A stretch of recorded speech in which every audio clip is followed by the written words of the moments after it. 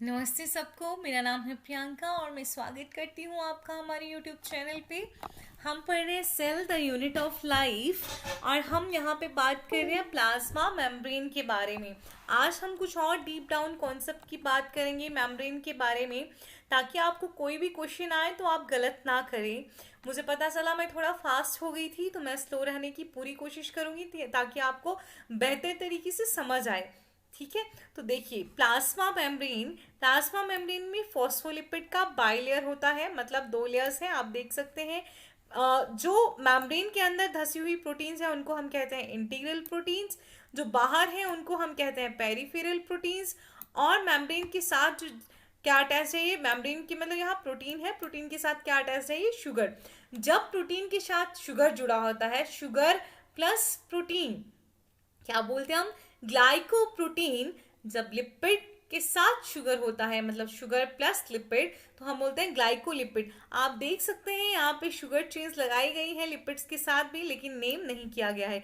This is fluid Mosaic model of plasma membrane और ये NCERT में दिया गया है। तो आपने पढ़ा मेम्ब्रेन है फ्लूइड नेचर की, तो जो फ्लूइडिटी है मेम्ब्रेन की वो क्यों है, हमने पढ़ा था ना क्वेसी फ्लूइड नेचर की मेम्ब्रेन होती है। तो मेम्ब्रेन की फ्लूइड नेचर के लिए मेनली रिस्पॉन्सिबल होते हैं फॉस्फोलिपिड्स, पर उसके अलावा और भी बहुत सारे और भी कोलेस्टेरॉल भी रिस्पॉन्सिबल होता है, बट मेनली क्या, फॉस्फोलिपिड्स जो लिपिड है। तो सेल मेम्ब्रेन आर फ्लूइड, मतलब they are not fixed in position and can adopt amorphous shapes. मतलब जो मेम्ब्रेन है, मेम्ब्रेन का कोई फिक्स पोजीशन नहीं है। फिक्स पोजीशन का मतलब है कि उसमें जो लिपिड्स पाए जा रहे हैं, जो प्रोटीन्स पाई जा रही हैं, उनका कोई फिक्स पोजीशन नहीं है और वो लिपिड एक जगह से दूसरी जगह जा सकते हैं और इसीलिए मेम्ब्रेन की शेप को चेंज कर सकते हैं। Membrane fluidity is enhanced at higher temperature. जब टेम्परेचर बढ़ता है तो मेम्ब्रेन ज्यादा फ्लूइड हो जाती है, वो उसका शेप ज्यादा जल्दी चेंज होने लगता है, जो लिपिड्स हैं वो फटाफट मूव करने लगते हैं। It is also affected by composition of the bilayer. लेकिन बाइलेयर में कितने लिपिड हैं, वो लिपिड जो है उनका जो टेल है, लिपिड में क्या होता है, हेड होता है एंड टेल। जो टेल है वो शॉर्ट है या लॉन्ग है, उस टेल में सैचुरेटेड फैट्स हैं या अनसैचुरेटेड फैटी एसिड्स हैं। ठीक, तो ये सारे फैक्टर्स भी डिपेंड, इन पे भी डिपेंड करता है कि मेम्ब्रेन कितना फ्लूइड होगा, कितना फ्लूइड नहीं होगा। ठीक, तो let's see factors affecting membrane fluidity. ठीक, सबसे पहले बात करते हैं फॉस्फोलिपिड्स के बारे में। एज आई टोल्ड यू कि phospholipids may vary in the length and relative saturation of the fatty acid tails. तो वो लेंथ में भी वेरी कर सकते हैं और उनका फैटी एसिड टेल जो है वो कितना सैचुरेटेड है, कितना अनसैचुरेटेड है, उस पर भी डिपेंड करता है। Shorter fatty acid tails will increase fluidity. ठीक, जब फॉस्फोलिपिड में जो फैटी एसिड टेल है वो छोटा होगा तो फ्लूइडिटी इंक्रीज करेगी। ऐसा क्यों होगा, क्योंकि they are less viscous. Less viscous, viscous होता है मतलब बेटा गाढ़ा, पता है ना तुम्हें, जब भी कोई चीज बहुत गाढ़ी होती है उसमें तरलता उतनी ही कम होती है। लेकिन शॉर्टर फैटी एसिड टेल जो है लेस विस्कस है, मतलब वो थोड़ा ज्यादा तरल होंगी and more susceptible to change in kinetic energy. और काइनेटिक एनर्जी में अगर कुछ चेंज आता है तो शॉर्टर फैटी एसिड टेल्स जो हैं उनमें फटाफट से क्या आ जाएगा, चेंज आ जाएगा। आपने पढ़ा होगा कि टेम्परेचर की बढ़ने से जो है काइनेटिक एनर्जी जो है वो भी इंक्रीज हो जाती है। ठीक है, तो काइनेटिक एनर्जी को यूज करके मॉलिक्यूल्स जो हैं वो मूव करते हैं। ठीक, तो यहाँ पे भी क्या होगा, अगर काइनेटिक एनर्जी जो है वो इंक्रीज करती है तो शॉर्टर फैटी एसिड टेल जो है वो फटाफट से फ्लूइडिटी को बढ़ा देंगी। समझ गए आप। अब देखिए, अब यहाँ पे देखिए आप, ये है आपके पास फॉस्फोलिपिड जिसमें हाइड्रोफिलिक हेड है, हाइड्रोफोबिक टेल है, hydrophilic water loving, hydrophobic water repelling, water heating. इसमें देखिए हेड में है फॉस्फेट प्लस ग्लिसरॉल, देखिए अब देखिए टेल में सैचुरेटेड फैटी एसिड का टेल जो है वो बिल्कुल सीधा है, इसमें एक भी डबल बॉन्ड नहीं है। अनसैचुरेटेड फैटी एसिड का जो टेल है उसमें बीच में आपको एक डबल बॉन्ड नजर आ रहा है, ठीक। तो इसमें थोड़ा सा टेढ़ा हो गया है, थोड़ा सा किंक बन गया है, ठीक। अब मैं आपको बताती हूँ, अगर मैं आपके पास 10 लकड़ियाँ देती हूँ तो वो 10 की 10 लकड़ियाँ बिल्कुल सीधी हैं, तो उन लकड़ियों को बांधना जो है आपके लिए आसान होगा, जबकि 10 टेढ़ी मेढ़ी लकड़ियों को बांधना आपके लिए मुश्किल होगा। तो देखिए पढ़ते हैं, lipid chains with double bond, मतलब कैसा हो गया लिपिड चेन? अनसैचुरेटेड। हमने कहा अनसैचुरेटेड कब होगा? जब उसमें एक भी डबल बॉन्ड आ गया तो चेन कैसा हो जाएगा? अनसैचुरेटेड। तो lipid chains with double bonds unsaturated fatty acids have kinked hydrocarbon tails that are harder to pack together. किंग्ड मतलब थोड़ा टेढ़ी सी होगी ना वो टेल, तो उनको पैक करना क्या हो गया? मुश्किल हो गया। तो यहाँ आपने सीखा कि फॉस्फोलिपिड का अगर टेल छोटा होगा मेम्ब्रेन ज्यादा फ्लूइड होगी, और अनसैचुरेटेड फैटी एसिड्स होंगे तब भी मेम्ब्रेन ज्यादा फ्लूइड होगी। देखिए यहाँ पे पूरा का पूरा जो है देख सकते हैं आप कैसा है, कोई यहाँ डबल बॉन्ड नहीं है, सारी की सारी जो है वो सीधी हैं, जो फैटी एसिड की टेल्स हैं, ठीक। तो सैचुरेटेड हाइड्रोकार्बन है टेल में, कितना अच्छे से पैक्ड है ये मेम्ब्रेन। तो ये ज्यादा फ्लूइड है कि ज्यादा विस्कस है? ये ज्यादा विस्कस है। और जब अनसैचुरेटेड फैटी एसिड्स हैं, देखिए किस तरह से जो है वो टेल मुड़ी हुई है, तो इनको पैक करना आसान है, इनको पैक करना इतना आसान नहीं है, इसीलिए मेम्ब्रेन क्या है? फ्लूइड है। Unsaturated hydrocarbon tales with kinks. तो चल गया पता, प्लाज्मा मेम्ब्रेन में जितने ज्यादा अनसैचुरेटेड लिपिड्स होंगे, अनसैचुरेटेड फैट्स होंगे, वो मेम्ब्रेन उतना ही ज्यादा फ्लूइड होगा। जितने ज्यादा सैचुरेटेड हाइड्रोकार्बन होंगे, सैचुरेटेड हाइड्रोकार्बन जो है मेम्ब्रेन फ्लूइडिटी को डिक्रीज करते हैं, अनसैचुरेटेड बढ़ाते हैं। टेम्परेचर मेम्ब्रेन फ्लूइडिटी को इंक्रीज करता है। शॉर्टर फैटी एसिड चेन्स, अगर लिपिड में जो टेल है उसमें शॉर्ट फैटी एसिड्स हैं तो भी क्या होगा? मेम्ब्रेन फ्लूइडिटी इंक्रीज करेगी। अब बात करते हैं कोलेस्टेरॉल का। तो कोलेस्टेरॉल दो डायरेक्शन में काम करता है, वो मेम्ब्रेन फ्लूइडिटी को इंक्रीज भी कर सकता है और डिक्रीज भी कर सकता है। तो कब जो है कोलेस्टेरॉल इंक्रीज करेगा और कब डिक्रीज करेगा, यह आता है हमारे पास नेक्स्ट पॉइंट। तो देखिए, जब ज्यादा टेम्परेचर है, जब हाई टेम्परेचर है, तो ये क्या करेगा? मेम्ब्रेन को स्टेबलाइज करेगा कि वो ज्यादा फ्लूइड ना हो जाए और पूरी बिखर ना जाए और मटेरियल बाहर ना निकल जाए, और ऐसा होगा तो मेम्ब्रेन पूरी की पूरी क्या हो जाएगी? खत्म हो जाएगी, सेल खत्म हो जाएगी, ठीक है, और सर्वाइवल टफ हो जाएगा। इसीलिए एट हाई टेम्परेचर कोलेस्टेरॉल जो है मेम्ब्रेन को स्टेबलाइज करता है। कैसे? By raising the melting point. देखिए, अगर मैं आपके पास कुछ दे रही हूँ, कोई जेली समझ लीजिए, कुछ भी समझ लीजिए, कोई सॉलिड समझ लीजिए, ठीक है, आप चाहते हो कि वो कुछ टेम्परेचर पे, हाई टेम्परेचर पे भी थोड़ा सा जो है वो स्टेबलाइज रहे, उसी फॉर्म में रहे, तो क्या होगा? उसका मेल्टिंग पॉइंट जो है वो किसी माध्यम द्वारा हमें इंक्रीज करना पड़ेगा ताकि वो थोड़ी देर के लिए स्थिर रह सके, अपनी शेप बनाए रख सके, ठीक। तो कोलेस्टेरॉल भी क्या करता है?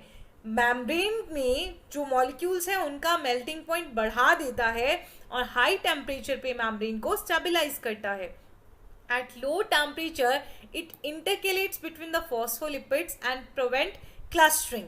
अब लो टेम्परेचर पे क्या करता है, ये आप देख सकते हैं यहाँ पे, ये देखिए, ये लो टेम्परेचर वाला मेनली शो किया गया है यहाँ बेटा, ठीक है। It intercalates between the phospholipid, आपको दिख रहा है, देखिए किस तरह से ये फॉस्फोलिपिड के बीच में आ गया है ना, ठीक। फिर फॉस्फोलिपिड के बीच में आके ये क्या इंश्योर कर रहा है? ये इंश्योर कर रहा है कि सारे के सारे जो ये लिपिड्स हैं बिल्कुल पैक ना हो जाए और मेम्ब्रेन को हार्ड ना कर दें, ठीक है। तो इसका मतलब है कोलेस्टेरॉल मेम्ब्रेन को ना ज़्यादा हार्ड होने देता है, ना ही ज़्यादा फ्लूइड होने देता है। फ्लूइडिटी कब इंक्रीज करती है? जब टेम्परेचर जो है वो ज़्यादा होता है। तो टेम्परेचर ज़्यादा होने पे कोलेस्टेरॉल जो है वो मेम्ब्रेन को स्टेबलाइज करता है, लेकिन टेम्परेचर कम होने पे मेम्ब्रेन फॉस्फोलिपिड के यहाँ अंदर जैसे आ जाता है, इसकी देखिए टेल्स के बीच में आ गया, ताकि इनमें इंटरेक्शन ज़्यादा ना बढ़े और इनके क्लस्टर ना बने और मेम्ब्रेन बिल्कुल सेट ना हो जाए। समझ गए बेटा? आ गया पूरा समझ? हाँ बोलिए, हाई टेम्परेचर पे मेम्ब्रेन जो है वो ज़्यादा फ्लूइड नेचर का होता है। शॉर्ट फैटी एसिड टेल्स होंगी तब भी मेम्ब्रेन जो है वो क्या होगा? फ्लूइड नेचर का होगा। अनसैचुरेटेड फैटी एसिड टेल्स होंगी तब भी क्या होगा? मेम्ब्रेन जो है वो ज़्यादा फ्लूइड नेचर का होगा। कोलेस्टेरॉल मेम्ब्रेन को ज़्यादा फ्लूइड करता है at low temperature, come fluid nature का करता है एट हायर टेम्परेचर। समझ गए ना? ठीक है। अब देखिए ये लिपिड्स की मूवमेंट्स कौन कौन सी होती हैं। लिपिड्स में 3 तरह की मूवमेंट होती हैं। हमने कहा ना कि लिपिड जो है, जो मेम्ब्रेन जो है, उसमें कोई भी पोजीशन फिक्स्ड नहीं है, ठीक। तो ये मूव कैसे कर सकते हैं लिपिड्स?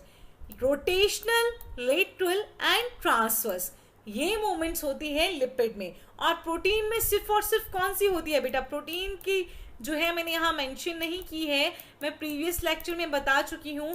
प्रोटीन में सिर्फ कौन सा मूवमेंट होता है? प्रोटीन में सिर्फ लेटरल मूवमेंट ही होता है और कोई भी मूवमेंट नहीं होता है, ठीक। लेकिन जो लिपिड है उनमें rotational, lateral and transverse movement होता है। देखिए रोटेशनल मूवमेंट क्या हुआ, जब ये लिपिड है ना ऐसे ही अपने आप में ही ऐसे घूमता रहे अपने ही एक्सिस पे, तो इसको हमने क्या बोल दिया? रोटेशनल मूवमेंट, ठीक है, रोटेशनल मोशन, ठीक। लेटरल, जब ये लिपिड अपनी जगह से किसी दूसरी जगह चला जाएगा तो उसको हम क्या बोलेंगे? लेटरल। लेटरल मतलब इसी तरह से, इसी पोजीशन में, ठीक है। लेटरल ये कहीं भी चला जाएगा तो मूवमेंट कैसा हो गया? लेटरल। ट्रांसवर्स और फ्लिप फ्लॉप, मतलब एक जो लेयर है उसका लिपिड दूसरी लेयर में घुस जाएगा, तो ये हो गया ट्रांसवर्स ऑफ फ्लिप फ्लॉप। चलिए मैं लेटरल और ट्रांसवर्स एंड फ्लिप फ्लॉप आपको और बेहतर से समझाती हूँ। देखिए यह पहले लेटरल देखिए, लेटरल में देखिए ये लिपिड यहाँ फर्स्ट पोजीशन पे है और अब कहाँ पहुँच गया? ये सेकंड पोजीशन पे पहुँच गया। बाद में ये कौन सी पोजीशन पे? फोर्थ पोजीशन पे भी पहुंच सकता है। तो इसको हमने बोला लेटरल डिफ्यूजन ऑफ लिपिड, ठीक। तो लेटरल डिफ्यूजन जो होता है, लेटरल मूवमेंट जो होता है लिपिड्स का, वो थोड़ा फास्ट होता है, ठीक। अब ट्रांसवर्स डिफ्यूजन देखिए, फ्लिप फ्लॉप जो मैंने कहा था ये ऊपर है यहाँ पे, अब देखिए यहाँ पे कहाँ गया? नीचे आ गया, ये हो गया फ्लिप फ्लॉप। समझ गए आप? तो ये जो होगा वो बहुत ही स्लो होगा। अब ये जो रेट है ना, ये लेटरल मूवमेंट का जो रेट है आप कौन सी टेक्निक से देख सकते हैं? Rate can be measured by fluorescence photo bleaching recovery. कैसे देख सकते हैं आप lateral movement of lipids? Fluorescence photo bleaching recovery technique से। चल गया पता बेटा आप? अब तो कंफ्यूजन नहीं होगा। ये हो गया rotational movement of lipid. Lateral में आप समझ गए, एक जगह से वो दूसरी तरफ को शिफ्ट हो जाएगा। ट्रांसवर्स में एक लेयर से दूसरी लेयर में चला जाएगा। तो ये हो गया मूवमेंट्स ऑफ लिपिड्स, ठीक है। अब ये कुछ और बातें करते हैं हम कि प्लाज्मा मेम्ब्रेन में एग्जैक्टली क्या हुआ। Plasma membrane consist of phospholipids, glycolipids, glycoproteins and sterols. अब यहाँ हम अगर ग्लाइकोप्रोटीन्स को एक्सक्लूड भी करें तो क्या हो गया? लिपिड के नाम पे कौन कौन से लिपिड हैं प्लाज्मा मेम्ब्रेन में? लिपिड के नाम पे प्लाज्मा मेम्ब्रेन में है फॉस्फोलिपिड्स, ग्लाइकोलिपिड्स एंड स्टीरोल्स। जिनमें सबसे ज्यादा कौन सा होगा? Phospholipids are most abundant. कौन सा लिपिड मेम्ब्रेन में सबसे ज्यादा पाया जाता है? फॉस्फोलिपिड सबसे ज्यादा पाया जाता है। अब ये लिपिड किससे बने होते हैं?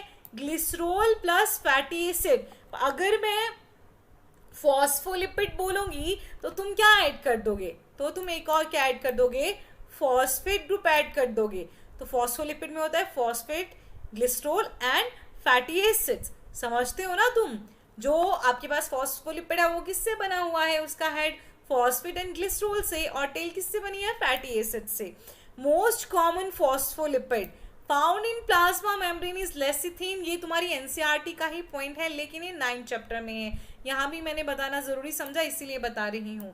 सबसे कॉमन जो फॉस्फोलिपिड प्लाज्मा मेम्ब्रेन में है वो कौन सा है? लेसिथिन। और इसको हम और क्या बोलते हैं? Phosphatidyl Colin.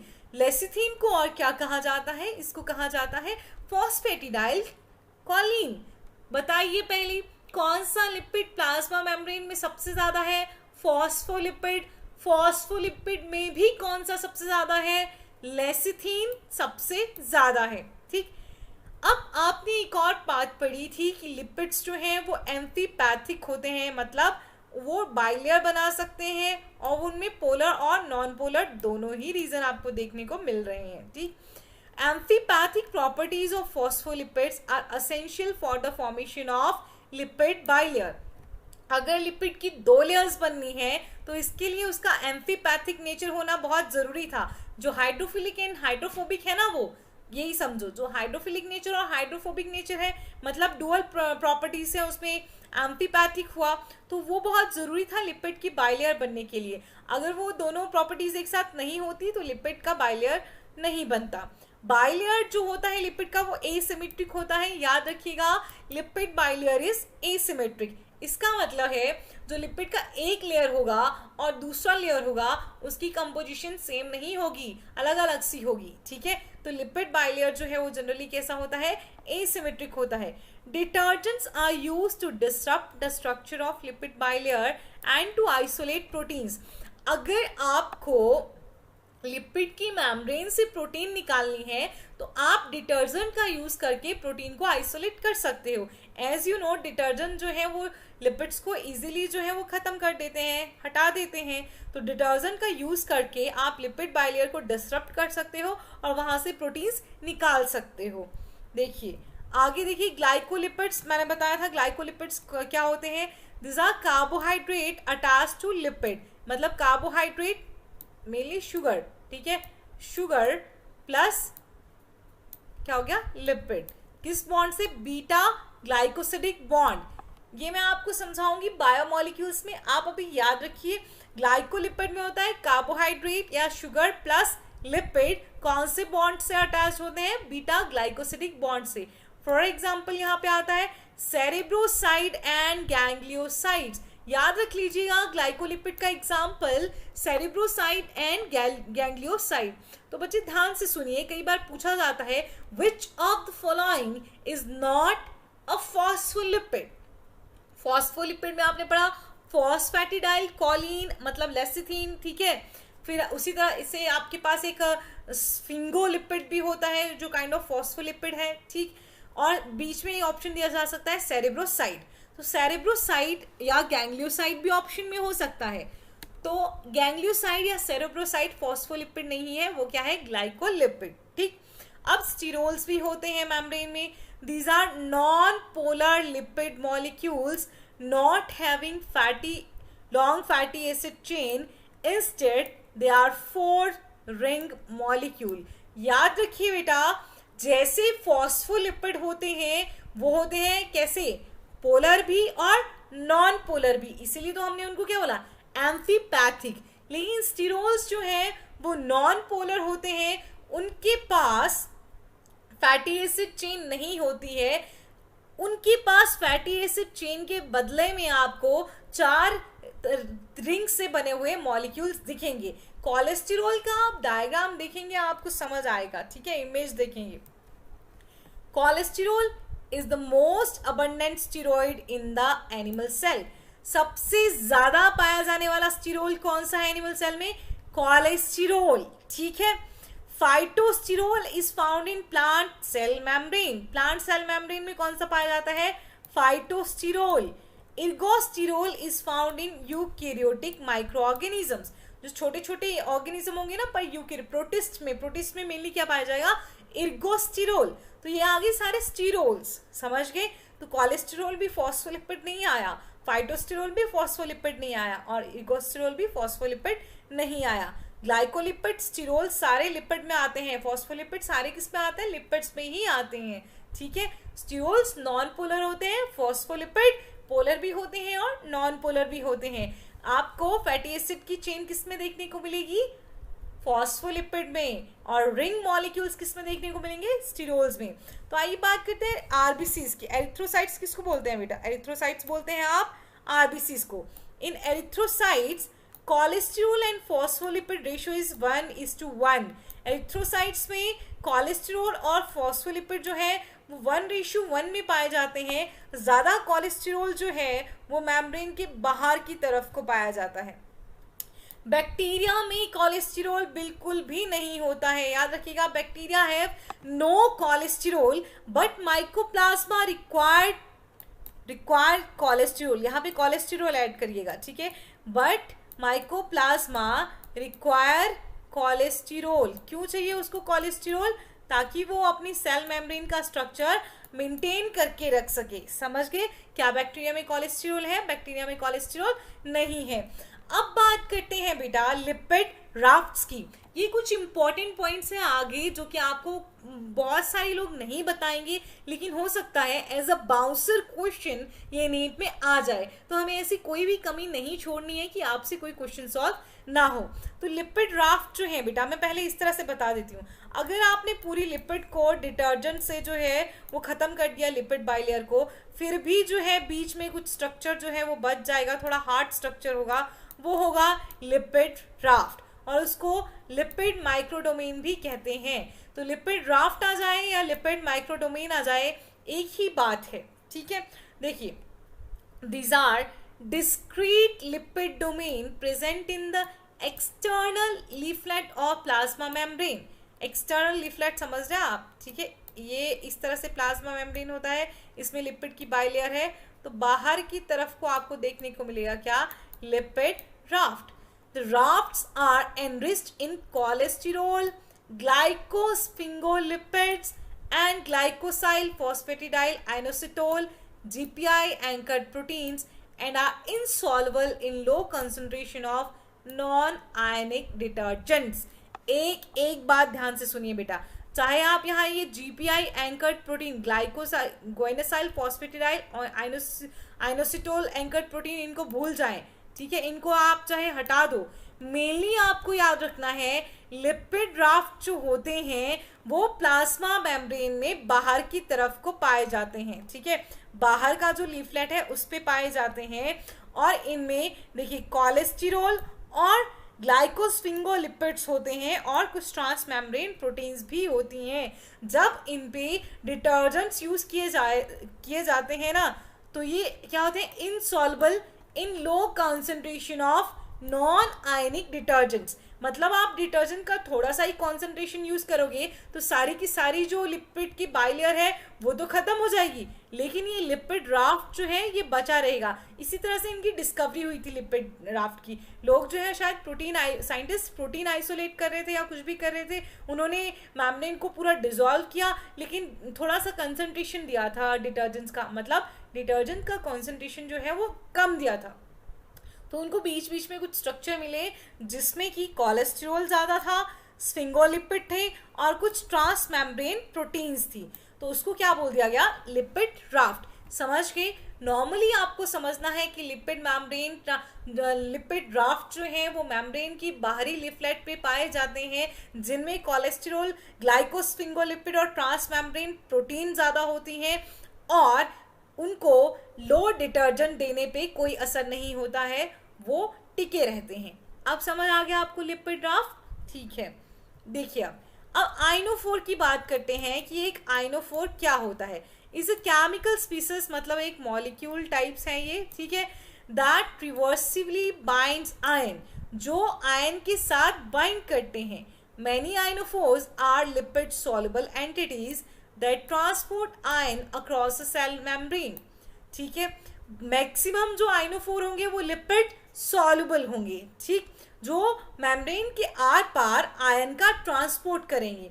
आइनोफोर means ion carrier, as this compound catalyze ion transport across hydrophobic membrane. Some ionophore are synthesized by microorganisms to import ion into their cells. देखिए, आइनोफोर जो है वो मॉलिक्यूल्स हैं बेटा, जो कि क्या करते हैं, लिपिड में जो सॉल्युबल होते हैं और इजीली मॉलिक्यूल्स को कैरी करते हैं और उनके ट्रांसपोर्ट का काम करते हैं। देखिए ये कैरियर आइनोफोर है और ये चैनल फॉर्मिंग आइनोफोर है, जिसने पूरा का पूरा लिपिड की बाइलेयर को जो है वो स्पैन किया है और इजीली मेम्ब्रेन को ये पास होने, इजीली मॉलिक्यूल्स को ये पास होने दे रहा है। तो समझ गए आप आइनोफोर। आइनोफोर आर द मॉलिक्यूल्स जो आयन के साथ रिवर्सिबली बाइंड करते हैं। रिवर्सिबली मतलब बाइंड करके फिर से अलग हो जाएंगे। मैक्सिमम ये क्या होते हैं, लिपिड सॉल्युबल होते हैं, जो किसको ट्रांसपोर्ट करेंगे, आयंस को मेम्ब्रेन के आर पार। आइनोफोर आयन की कैरियर हैं जो आयन के ट्रांसपोर्ट को बढ़ाते हैं, किसके थ्रू, हाइड्रोफोबिक मेम्ब्रेन के थ्रू। और माइक्रो ऑर्गेनिजम्स मोस्टली जो है आइनोफोर्स आपको कहाँ देखने को मिलेंगे, माइक्रो ऑर्गेनिज्म में। माइक्रो ऑर्गेनिज्म जो है वो अपनी मेम्ब्रेन में आइनोफोर सिंथेसाइज करते हैं ताकि वो ट्रांसपोर्ट करवा सकें। समझ गए बेटा। नेक्स्ट पढ़ते हैं, लिपोसोम क्या होता है। लिपोसोम जो है वो देखिए आपको एक सेल, ये समझ लीजिए ये पूरा का पूरा एक सेल है। एक सेल में भी प्लाज्मा मेम्ब्रेन इसी तरह से होता है, लेकिन लिपोसोम में और सेल में डिफरेंस है। क्या डिफरेंस है, प्लाज्मा मेम्ब्रेन में आपको डीएनए मिलेगा, सॉरी जो सेल है, सेल में आपको सेल के अंदर क्या मिलेगा, डीएनए मिलेगा, न्यूक्लियस मिलेगा, एंडोप्लाज्मिक रेटिकुलम मिलेगा, माइटोकॉन्ड्रिया मिलेगा, सारे सेल ऑर्गेनेले मिलेंगे। लेकिन लिपोसोम के अंदर ये सारे ऑर्गेनेले नहीं होते हैं। तो देखिए these are basically small vesicle whose membrane resemble that of a lipid bilayer। दिख रहा है ना ये पूरा लिपिड बाइलेयर की तरह। प्लाज्मा मेम्ब्रेन की लिपिड की जो बाइलेयर होती है उसी की तरह है। In fact liposome can be created from the same type of phospholipid found in a cell membrane। जो फॉस्फोलिपिड सेल मेम्ब्रेन में पाए जाते हैं उन्हीं फॉस्फोलिपिड का यूज करके लिपोसोम बनाए जा सकते हैं। Not all the lipid in liposomes are naturally occurring, some are synthetic. Liposome को आप सिंथेटिकली बना सकते हैं। चलिए सुनिए, लिपोसोम मेनली क्या हुआ, एक छोटा सा गोला हुआ जिसमें फॉस्फोलिपिड की बाइलेयर पाई जाती है जैसे कि प्लाज्मा मेम्ब्रेन में पाई जाती है। लेकिन फर्क ये है कि जो लिपोसोम है उसमें कोई भी ऑर्गेनेलेज नहीं होंगे, जबकि सेल के अंदर सारे ऑर्गेनेलेज होते हैं। तो तुम मुझसे ये पूछो कि क्या मैम हम इसके अंदर ऑर्गेनेलेज नहीं डाल सकते हैं। आप बेटा ऑर्गेनेलेज डाल भी दोगे फिर भी एक सेल नहीं बनेगा। There is some driving force जो कि एक सेल बनाती है, सेल को लिविंग बनाती है। उस ड्राइविंग फोर्स का अभी हम खोज नहीं कर पाए हैं, हालांकि आप इसके अंदर रख सकते हो मॉलिक्यूल्स को। समझ गया आप लिपोसोम, ठीक है। अब देखिए मिशेल बेटा, आपने देखा लिपोसोम में लिपिड की बाइलेयर बनी थी, ठीक है, लेकिन मिशेल में लिपिड का बाइलेयर नहीं बना है, ठीक। Micelles are very simple membrane model of a small and high curvature, ठीक। अब छोटा सा होगा इनमें, स्मॉल एंड हाई कर्वेचर, ठीक। मॉडल्स होते हैं जिनमें छोटे और बड़े कर्वेचर्स होते हैं, in which the lipid head groups are in contact with the surrounding water phase, whereas hydrophobic chains are directed to the Michel center। आपने 10th क्लास में भी मिशेल पढ़ा होगा। देखिए ये रिवर्सिबल मिशेल है जिसमें ये पानी, ये बेटा बीच में क्या हुआ, वाटर है ये, ठीक, ये क्या है, वाटर है। तो देखिए जिस तरफ को सॉल्वेंट है उस तरफ को क्या आ गए, हेड आ गए। अब जब बाहर की तरफ को है ना सॉल्वेंट एक्वा सॉल्यूशन में है, तो बाहर की तरफ को क्या आ गए, हेड, अंदर की तरफ को क्या चले गए, टेल चले गए। तो इसको हम बोलते हैं मिशेल, और इस तरह से हो जाए तो ये क्या हो जाएगा, रिवर्स मिशेल। तो सिंपली आपको मिशेल ये समझना है कि मिशेल जो है उनमें जिस तरफ को वाटर होगा उस तरफ को हेड होगा, और जिस तरफ को वाटर नहीं होगा उस तरफ को टेल होगा। इनमें लिपिड की एक ही लेयर होती है, बाइलेयर नहीं होती है। लिपोसोम में लिपिड की बाइलेयर होती है, ठीक है, जो किसकी तरह, प्लाज्मा मेम्ब्रेन की तरह होता है बिल्कुल भी। लेकिन लिपोसोम के अंदर जो है वो कोई भी ऑर्गेनेल्स नहीं होते हैं, और लिपोसोम जो है उसको हम सिंथेटिकली बना सकते हैं। ये हो गया आयनोफोर जो कि सॉल्युबल होते हैं लिपिड्स में और आयन के ट्रांसपोर्ट में हेल्प करते हैं। और ये हो गया लिपिड राफ्ट जो कि कब बचता है, जब आप पूरी की पूरी मेम्ब्रेन पे थोड़ा सा डिटर्जेंट डालोगे तो सारी मेम्ब्रेन खत्म हो जाएगी, लेकिन लिपिड राफ्ट बच जाएगा, जिसमें कोलेस्टेरॉल, ग्लाइकोस्फिंगोलिपिड्स और ट्रांसमेम्ब्रेन प्रोटीन सबसे ज़्यादा होती हैं। बेटा ये सारे आपको समझ आ गए ना? ठीक है, तो देखिए अब मैं आपको एक बात बताती हूँ कि जब सांप काटता है तो क्या होता है।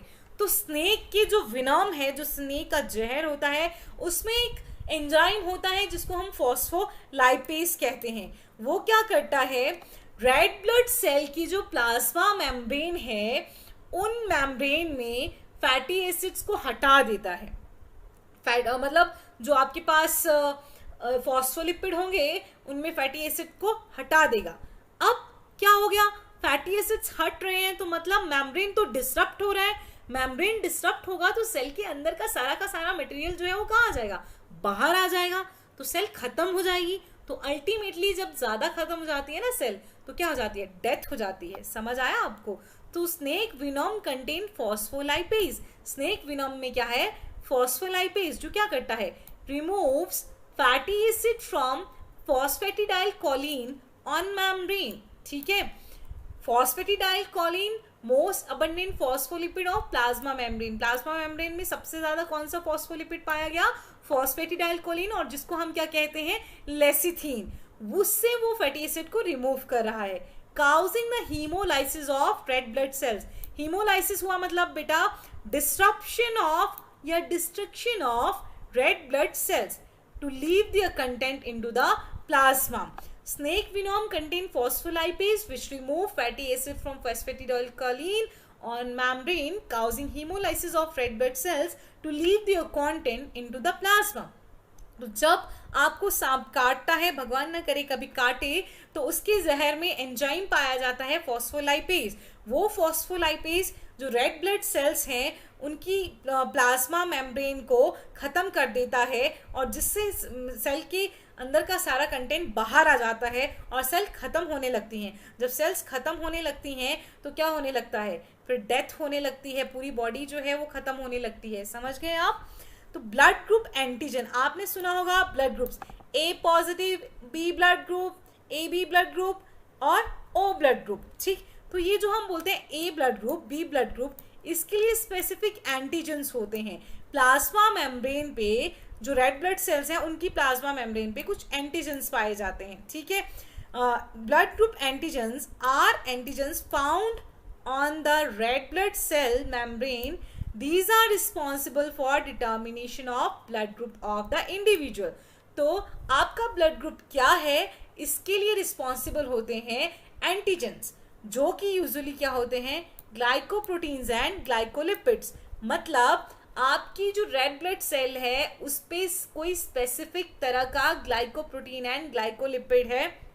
ठीक है, मेनली ग्लाइकोप्रोटीन्स होती हैं वो, ग्लाइकोलिपिड भी क्या कहें, मेनली जो होते हैं वो एंटीजन क्या होते हैं, ग्लाइकोप्रोटीन्स होती हैं। ठीक, जो डिटरमाइन करती है कि आपका ब्लड ग्रुप क्या है। जैसे कि आपका ब्लड ग्रुप ए है तो आप में कोई अलग सी ग्लाइकोप्रोटीन होगी, ठीक, और बी वाले में कोई अलग सी ग्लाइकोप्रोटीन होगी, और जिसका ब्लड ग्रुप ए बी है मतलब उसमें वो दोनों ही टाइप की जो है वो ग्लाइकोप्रोटीन पाई जा रही हैं। फर्दर ये हम डिस्कस करेंगे जो आपका हार्ट वाला चैप्टर आएगा। Polyethylene glycol is used for the fusion of somatic cells. Somatic cells मतलब जो कि गैमीट नहीं है, गैमीट के अलावा हमारी बॉडी में जितनी भी सेल्स हैं बेटा उनको हम क्या कहते हैं, सोमैटिक सेल्स। तो ये दो सोमैटिक सेल्स हैं, इनका ये प्रोटोप्लाज्म है पूरा। ठीक, इनके प्रोटोप्लाज्म का जो है वो क्या हो गया, फ्यूजन हो गया, हमने इसको एक ही में कन्वर्ट कर दिया।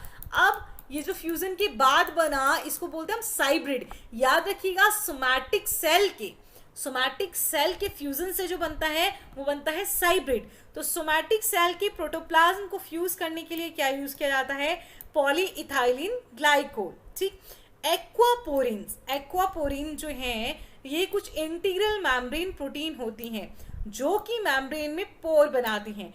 एक्वा का मतलब है वाटर, तो ये क्या करती हैं, selectively they conduct water molecules and also known as water channels। तो एक्वापोरिन्स जो हैं बेटा मेम्ब्रेन में होती हैं, लिविंग मेम्ब्रेन में होती हैं, जो वाटर को लाने का काम करती हैं समझ गए आप? मतलब वाटर जो आता है वो भी किसके थ्रू आता है? वो भी प्रोटीन्स के थ्रू ही आता है। Peter Agre got Nobel prize in 2003 for discovery of aquaporins. तो एक्वापोरिन की डिस्कवरी के लिए इनको पीटर शियाग्रे को 2003 में नोबेल प्राइज मिला था। ठीक, अब एक और एडिशनल पॉइंट, ये सारे बेटा एडिशनल पॉइंट्स हैं जो कि आपको याद होने चाहिए, ये किसी ना किसी ईयर में पूछे गए एमसीक्यूज हैं। ठीक है, due to branched chain lipids, क्या मेम्ब्रेन में आपको, जनरल मेम्ब्रेन में आपको ब्रांच चेन लिपिड दिखे? नहीं है यूजुअली। ठीक, ब्रांच्ड चेन लिपिड होने की वजह से जो सेल मेम्ब्रेन है आर्की बैक्टीरिया, आपको पता है ना आर्की बैक्टीरिया बहुत ज़्यादा हाई टेम्परेचर पे भी सर्वाइव कर सकते हैं, तो उनमें ब्रांच चेन लिपिड होते हैं। Due to branch chain lipid in cell membrane archaebacteria can tolerate high temperature. जो आर्की बैक्टीरिया है वो बहुत हाई टेम्परेचर को भी टॉलरेट कर सकता है। तो आपको जहर का पता चल गया ना कि ऐसे कटता है। जो सांप का जहर है उसमें फॉस्फोलाइपेज है। फॉस्फोलाइपेज मतलब एंजाइम जो कि फॉस्फोलिपिड को खत्म कर दे। फॉस्फोलिपिड खत्म, मेम्ब्रेन खत्म, मेम्ब्रेन खत्म, मेम्ब्रेन का सारा कंटेंट बाहर, सेल खत्म, सेल खत्म तो बॉडी की सेल की डेथ होने लगेगी, तो अल्टीमेटली हमारी डेथ हो जाएगी। ए बी ब्लड ग्रुप किसकी वजह से है? एंटीजन की वजह से। वो एंटीजन मेनली क्या है? Glycoprotein and glycolipid. ठीक है, समझ आ गया बेटा? तो ये रहे आपकी क्वेश्चन। आपको बताना है कि मेम्ब्रेन की फ्लूइडिटी को जो फैक्टर्स अफेक्ट करते हैं वो कौन से हैं। तो इसमें आप बात करेंगे mainly temperature.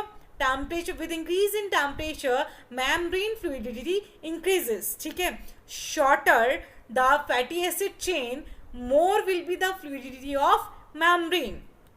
Cholesterol, unsaturated fatty acids also increases the fluidity of membrane.